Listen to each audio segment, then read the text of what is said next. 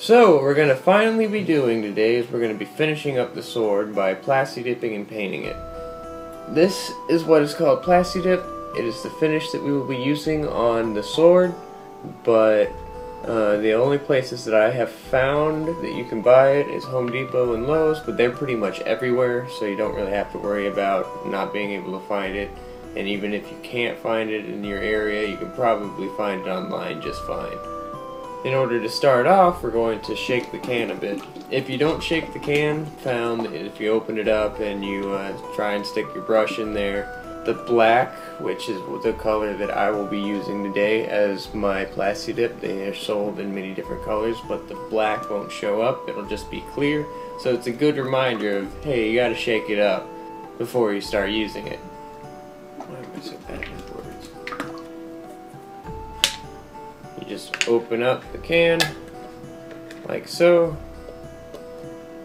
There's also spray plasti dip, but I found that it takes on a many coats in order to get it as thick as you want it to be, as opposed to the plasti dip can that you just brush on like this. It takes a lot less and saves you money in the end. So we're going to be taking our super expensive brush that we made, and we're going to start applying the plasti dip to all the fun foamed areas. One of the areas that people need to know to do is not only to do the fun foam, but also to do this flat area where the cloth cover is, not on the striking surface, but just on the flat over the edge of the fun foam so it doesn't peel up. A lot of people don't do that, and it peels up during battle, and they have to reapply DAP over and over again to try and make it stay.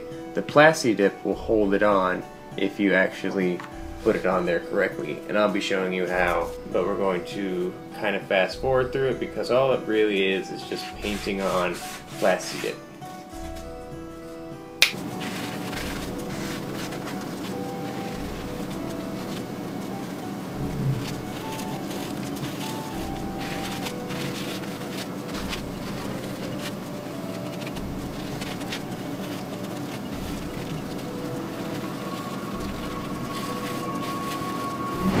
Alrighty, so after the first coat of plasti dip, it's going to look a little something like this.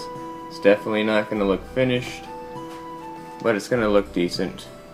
As you can see, as I said before, I put plasti dip over the edges so that it'll stay nice and firm on the weapon and it won't ever peel up. But yet, it's still not very much so on the striking surface. Even if you have a little bit on the striking surface, it's not going to hurt anybody.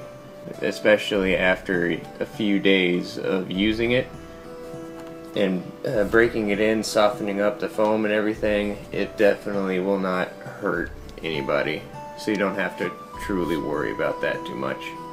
But I applied one layer to everything.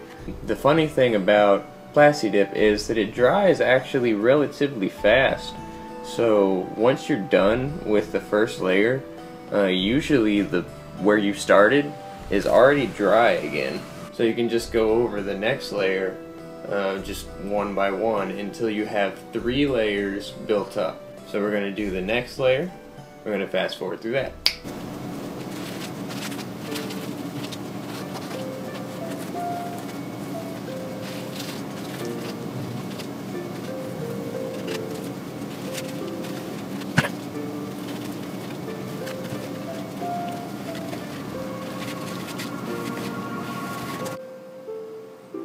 Okay, now I got the second layer on there, and it's actually looking pretty good. It's actually looking pretty solid. But I still need one more layer because you can still see like a little bit of orange in places that you need to cover up. So this time, as you can see, as always, where you started is dry. Now we're going to start plasti dipping all over again for the last layer that we will be putting on here for now. And we'll fast forward through that.